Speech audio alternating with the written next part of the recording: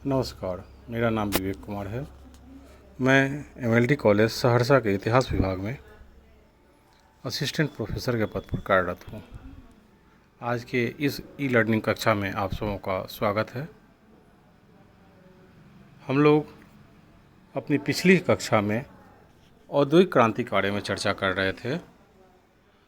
यह औद्योगिक क्रांति इतिहास विषय से संबंधित है। विश्व इतिहास में इसे पढ़ाया जाता है और यह स्नातक प्रथम वर्ष के सिलेबस में दिया गया है। इससे संबंधित सवाल काफ़ी महत्वपूर्ण रूप से हर एग्ज़ाम में पूछे जाते रहे हैं। जैसे औद्योगिक क्रांति क्या है, औद्योगिक क्रांति से क्या समझते हैं, औद्योगिक क्रांति का उदय कैसे हुआ, औद्योगिक क्रांति सबसे पहले किस देश में आई और उस देश में आने के पीछे क्या कारण था, इसका क्या प्रभाव पड़ा। इस तरह के बहुत सारे सवाल इससे बनते हैं। जब हम लोग अपने पूरे क्लास को, पूरे विषय को, इस विषय को, औद्योगिक क्रांति को पढ़ लेंगे तो फिर इससे बनने वाले प्रश्नों की प्रकृति पर भी विचार करेंगे। हम लोग पिछली कक्षा में पढ़े कि औद्योगिक क्रांति क्या है और इसके आने के पीछे, यह औद्योगिक क्रांति के शुरुआत के पीछे क्या क्या कारण जिम्मेवार रहे। अब आज के इस कक्षा में हम लोग चर्चा करेंगे कि औद्योगिक क्रांति जिसकी शुरुआत इंग्लैंड से हुई, तो यह क्रांति इंग्लैंड से ही क्यों आरंभ हुई, इस क्रांति के इंग्लैंड से शुरू होने का क्या कारण था। तो इसके बारे में हम लोग आज चर्चा करेंगे। हम लोग पिछली कक्षा में पढ़ चुके हैं कि औद्योगिक क्रांति का अर्थ है कि उत्पादन के तौर तरीकों में व्यापक प्रभाव, मतलब पूरे उत्पादन के तौर तरीके, उपभोग का तरीका, उत्पादन की प्रकृति, उत्पादन का पैमाना, सभी चीज़ों पर जो असर पड़ा और उसके कारण जो हमारे समाज के ऊपर प्रभाव पड़ा, व्यक्ति के जीवन के ऊपर प्रभाव पड़ा, इन सारी चीज़ों को औद्योगिक क्रांति के अंतर्गत समेटा जाता है। यह क्रांति मानव के इतिहास के एक युगांतकारी परिवर्तनों में एक है, जिसका प्रभाव आज भी हम स्पष्ट रूप से देखते हैं। तो चलिए आज हम लोग अपनी चर्चा अपने विषय वस्तु औद्योगिक क्रांति के इंग्लैंड से आरंभ होने के कारण से शुरू करते हैं।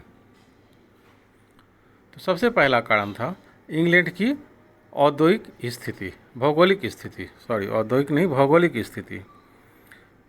ब्रिटेन की भौगोलिक स्थिति से तात्पर्य है कि ब्रिटेन देश की स्थिति पृथ्वी के नक्शे पर जो ब्रिटेन स्थित है उसके चारों ओर जो प्रकृति ने उसे उपहार स्वरूप उसकी संरचना बनाई है, उसकी सीमाएं तय की है, उससे उसे क्या फ़ायदा हुआ। इंग्लैंड एक द्वीपीय राष्ट्र है और इंग्लैंड के समुद्र से चारों ओर, इंग्लैंड समुद्र से घिरा हुआ है। इंग्लैंड के चारों ओर गहरे समुद्र हैं जहां बंदरगाह के निर्माण में काफ़ी आसानी हुई। आज भी हम जानते हैं कि हमारा वैश्विक व्यापार का सबसे बड़ा हिस्सा समुद्र के माध्यम से तय होता है। कहने का मतलब है कि जब हम किसी वस्तु को एक देश से दूसरे देश भेजते हैं तो हम समुद्री परिवहन का सहारा लेते हैं। ऐसा इसीलिए कि यह लागत में सस्ता पड़ता है, परिवहन आसानी से होता है और यह परिवहन सस्ता पड़ता है। जैसे किसी वस्तु को विमान से भेजने में और किसी वस्तु को ट्रेन से भेजने में अंतर आता है। विमान में लागत ज़्यादा होगी, ट्रेन में लागत कम होगी, लेकिन ट्रेन के लिए समतल ज़मीन चाहिए, रेलवे लाइन का विकास होना चाहिए, बीच में पुलियों के निर्माण में काफ़ी ज़्यादा खर्च होता है और काफ़ी लंबी दूरी तक हम उसे बना नहीं पाते हैं क्योंकि भौगोलिक संरचनाएं तेज़ी से बदल जाती है, कहीं पहाड़, कहीं समुद्र, कहीं खाई, इस तरह की समस्याएं आती है। लेकिन पूरी पृथ्वी पर एक देश से दूसरे देश में जो वस्तुएं भेजी जाती है उसका सबसे सरल और सुगम साधन समुद्री यातायात, समुद्री जलयान ही हैं, प्राचीन काल में भी, वर्तमान में भी। तो इंग्लैंड को प्राकृतिक रूप से यह बढ़त थी कि वह अपने चारों ओर जो गहरे समुद्रों से घिरा हुआ था, उसके चारों ओर गहरे समुद्र थे और इससे उससे आसानी से प्राकृतिक बंदरगाह मिले और बहुत सारे बंदरगाह उन्हें प्रकृति ने दिए थे, तो इसलिए यातायात के साधनों के रूप में परिवहन के रूप में उसे काफ़ी ज़्यादा फायदा हुआ। व्यापारिक सुविधाएं आसानी से मिली, वहाँ व्यापारिक सुविधाएं काफ़ी आसानी से मिली। इसके अलावा एक और चीज़ थी कि इंग्लैंड की जलवायु जो थी वो वस्त्र निर्माण के लिए काफ़ी अनुकूल थी। नम जलवायु वाले क्षेत्रों में पड़ता है और इस तरह की जलवायु वस्त्र निर्माण के लिए सबसे अधिक उपयोगी होती है। और यह भी तथ्य हम जानते हैं कि औद्योगिक क्रांति की शुरुआत सूती कपड़ों से ही हुई। वस्त्र निर्माण उद्योग से ही औद्योगिक क्रांति की शुरुआत हुई और सबसे पहले जो प्रयोग किए गए कारखाना पद्धति बनाई गई जिसमें व्यापक पैमाने पर उत्पादन हुआ वह वस्त्र ही था, जिससे व्यापार वाणिज्य की शुरुआत हुई। तो अपने भौगोलिक स्थिति के कारण, भौगोलिक संरचना के कारण, भौगोलिक वातावरण के कारण इंग्लैंड को बढ़त हासिल हुई। इसलिए औद्योगिक क्रांति इंग्लैंड से आरंभ होने का श्रेय जाता है। दूसरा प्रमुख कारण था अनुकूल राजनीतिक वातावरण। कहने का मतलब है कि इंग्लैंड में औद्योगिक क्रांति से पूर्व गौरवपूर्ण क्रांति 1688 की रहते क्रांति गौरवपूर्ण क्रांति हो चुकी थी। राजा और संसद का लंबा विवाद चलता रहा और अंत में संसद की जीत हुई। राजा को अपने विशेषाधिकार त्यागने पड़े और जनता की इच्छा को मानना पड़ा। राजा सर्वोपरि नहीं रहा बल्कि संसद सर्वोपरि रही, जिसका निर्माण जनता के द्वारा चुने गए प्रतिनिधियों से होता है। परिणामतः राजनीतिक वातावरण अधिक उदार हुआ। शासन व्यवस्था में आम लोगों की भागीदारी बढ़ी। भले ही तात्कालिक रूप से वो कुलीन लोग थे, लेकिन एकाधिकार, पारिवारिक एकाधिकार टूटा और बहुत सारे लोगों को सत्ता में भागीदारी करने का अवसर मिला, जिसके परिणाम स्वरूप राजा की शक्तियों में भी, मतलब राष्ट्राध्यक्ष की शक्ति में भी वृद्धि हुई। सामंती व्यवस्था का पतन हुआ। राजनीतिक सुधारों के फलस्वरूप आम लोगों को भी अधिकार मिले और इस राजनीतिक सुधारों का असर यह हुआ कि वहाँ धार्मिक राजनीतिक स्वतंत्रताएं व्याप्त हुई। राजनीतिक व्यवस्था सुव्यवस्था स्थापित होने के कारण व्यापार वाणिज्य का तेजी से विकास हुआ, जबकि दूसरे देशों में अभी भी राजा और प्रजा के बीच संघर्ष चल रहा था। कुलीनवाद का दौर था, विशेषाधिकार प्राप्त था। अधिकांश प्राकृतिक और राष्ट्रीय संपत्ति कुलीनों के पास पड़ी हुई थी, जिसका उत्पादन कार्य में कोई इस्तेमाल नहीं हो रहा था। लेकिन ब्रिटेन में यह स्थिति बदल रही थी, तो इसीलिए व्यापार वाणिज्य में अधिक तेज़ी से विकास हो रहा था। तीसरा कारण था नौसैनिक शक्ति का विस्तार।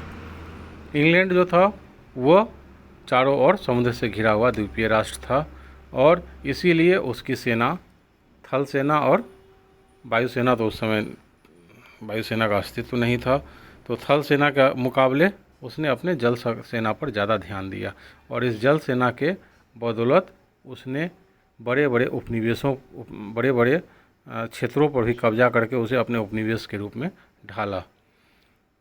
बहुत बाद के दौर में भी इस नौसैनिक शक्ति के बल पर उसने अपने व्यापार वाणिज्य पर किसी तरह का हमला या हस्तक्षेप नहीं होने दिया या कभी अपने देश को दबाव में नहीं आने दिया और इस नौसैनिक शक्ति के बदौलत व्यापारिक क्षेत्र में उसने अपने आप को हमेशा आगे रखा, अपने प्रतिद्वंदियों को प्रतियोगिता से पीछे करते रहे।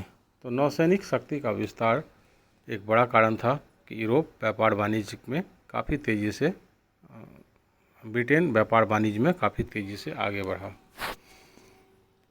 एक प्रमुख कारण था इंग्लैंड में लोहे और कोयले की प्रचुरता।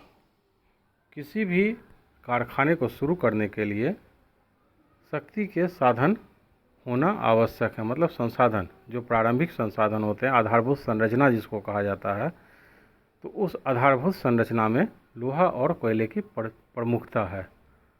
उस समय तक पेट्रोलियम, गैस और बिजली वगैरह का प्रयोग शुरू नहीं हुआ था, तो कोयला ही शक्ति के साधन में सबसे प्रमुख हिस्सेदारी कोयले की ही थी। लोहा जो था वो प्रारंभिक आधारभूत संरचना के निर्माण में सहायक था। तो लोहे और कोयले की प्रचुरता थी। इंग्लैंड में ये, ब्रिटेन के क्षेत्रों में ये बहुतायत में ज़मीन में दबे हुए थे और इसके बदौलत लोहा और कोयला विशेष रूप से ब्रिटेन को प्राप्त हुआ, जिसके कारण औद्योगिक क्रांति सहज ही शुरू हुई। इसी तरह लोहे के प्रचुरता में हम लोग पहले भी इतिहास में देख चुके हैं। एक और संदर्भ है कि मगध का उदय, मगध महाजन पद से साम्राज्य कैसे बना, उसमें भी हम लोग चर्चा करते हैं। तो उसमें ही पाते हैं कि लोहे के प्रयोग ने, लोहे की खानों ने मगध के साम्राज्य के उत्कर्ष को संभव बनाया। यहाँ पर हम देख रहे हैं कि लोहे ने इंग्लैंड में औद्योगिक क्रांति की शुरुआत में प्रमुख भूमिका निभाई।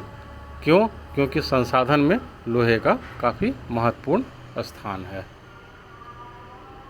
इसके अलावा इंग्लैंड में कृषि क्रांति हो चुकी थी। कृषि क्रांति से तात्पर्य यह है कि कृषि के क्षेत्र में उत्पादन में काफ़ी बढ़ोतरी होना, उत्पादन के तौर तरीकों को बदलकर नई नई तकनीकों का समावेश करके ज़मीन की उर्वरा शक्ति को बढ़ाकर फसल चक्र को अपनाकर बड़े बड़े फार्म हाउस की स्थापना के द्वारा इंग्लैंड में कृषि के उत्पादन में काफ़ी तेज़ी से वृद्धि हुई, उत्पादन काफ़ी बढ़ा और अतिरिक्त श्रम शक्ति जो लगी हुई थी मशीनों के, यंत्रों के, तकनीकों के जानकारी के कारण वो श्रम शक्ति भी मुक्त हुई। जो अतिरिक्त श्रम शक्ति लगी हुई थी, अतिरिक्त श्रम खेती से हटी और दूसरे व्यापारिक कर्मों की ओर मुड़ी। तो अनाजों के बढ़त में जो काफ़ी तेज़ी से वृद्धि हुई, इसने श्रम शक्ति को मुक्त तो करवाया ही, साथ साथ बाजार का विकास भी किया और अतिरिक्त श्रम शक्ति शहरों की ओर रोजगार पाने के लिए गई। फसल के अतिरिक्त उत्पादन ने पूंजी का संचय भी करवाया, मतलब कि फसलों को बेचकर बाजार से पूंजी का भी संग्रह हुआ। अतिरिक्त उत्पादन ने खाने की चिंता से लोगों को मुक्त किया और लोगों ने उद्योगों की ओर भी अपना दिमाग लगाना शुरू किया, अपना प्रयोग करना शुरू किया और इसी कारण से इंग्लैंड में कृषि क्रांति के बाद औद्योगिक क्रांति की शुरुआत को काफ़ी मदद मिली।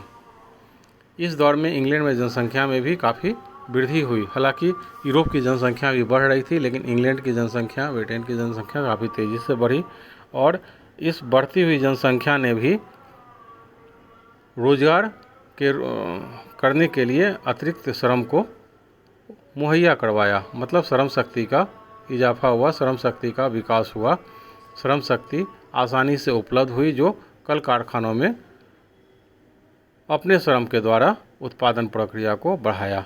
इसके साथ साथ अपने उपभोग के द्वारा भी बाजार में वस्तुओं की मांग पैदा की।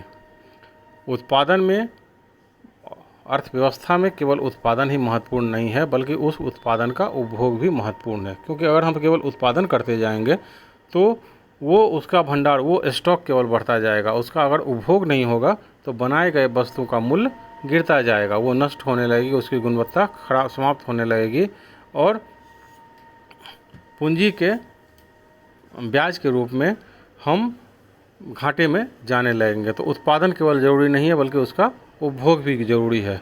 तो यह बढ़ती हुई जनसंख्या, जो जनसंख्या बढ़ी, उस जनसंख्या के कारण उत्पादन में तो वृद्धि हुई ही हुई, उपभोग में भी वृद्धि हुई और यह उत्पादन और उपभोग का एक चक्र जो है, यह उत्पादन प्रक्रिया को गति पहुंचाया।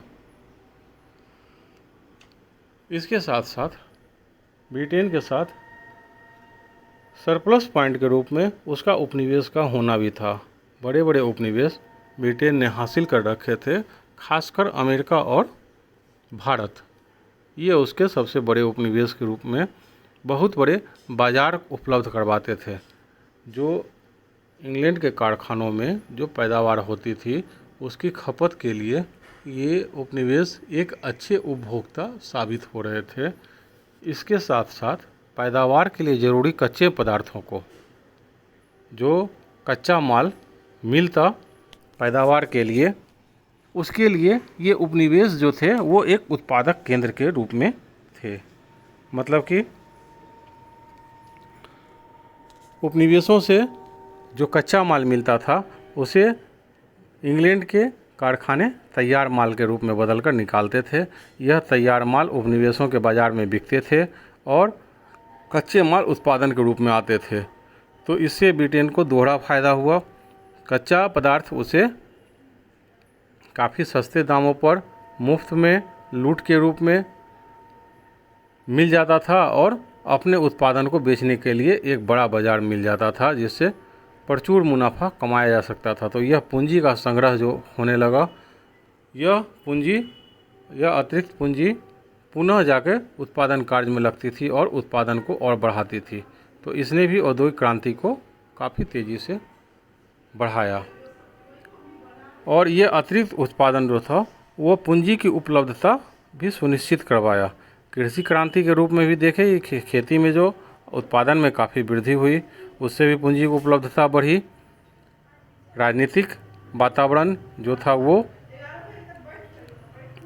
वातावरण जो इंग्लैंड में औद्योगिक क्रांति गोरखपूर्ण क्रांति या राजा और संसद के बीच जो संघर्ष चल रहा था, उसके बाद यह उदार होता गया और इस उदारता का परिणाम व्यापार वाणिज्य पर सकारात्मक रूप से बढ़ा। व्यापार वाणिज्य में तेज़ी आई, उससे भी पूंजी का संचय हुआ। तो यह अतिरिक्त पूंजी उत्पादन के लिए तैयार थी, नए नए कल कारखानों के शुरुआत के लिए तैयार थी। इंग्लैंड में व्यापारिक गतिविधियां बढ़ने का एक कारण यह भी था कि नए नए आविष्कार हो रहे थे, वैज्ञानिक चेतना का विकास हो रहा था और नए नए आविष्कार लगातार आ रहे थे। जैसे फ्लाइंग शटल, जॉन ने फ्लाइंग शटल नाम का कपड़ा बुनने का मशीन बना दिया था। इसी तरह स्पिनिंग जेनी ने चरखे का आविष्कार कर दिया जो काफ़ी तेज़ी से सूत को काट सकता था। इसी तरह रिचर्ड आर्कराइट ने वाटर फ्रेम का आविष्कार कर दिया था, जो हाथ पैर के स्थान पर जल शक्ति से चलने लग गया था। इसी तरह आगे कार्टराइट ने पावर लूम का विकास किया।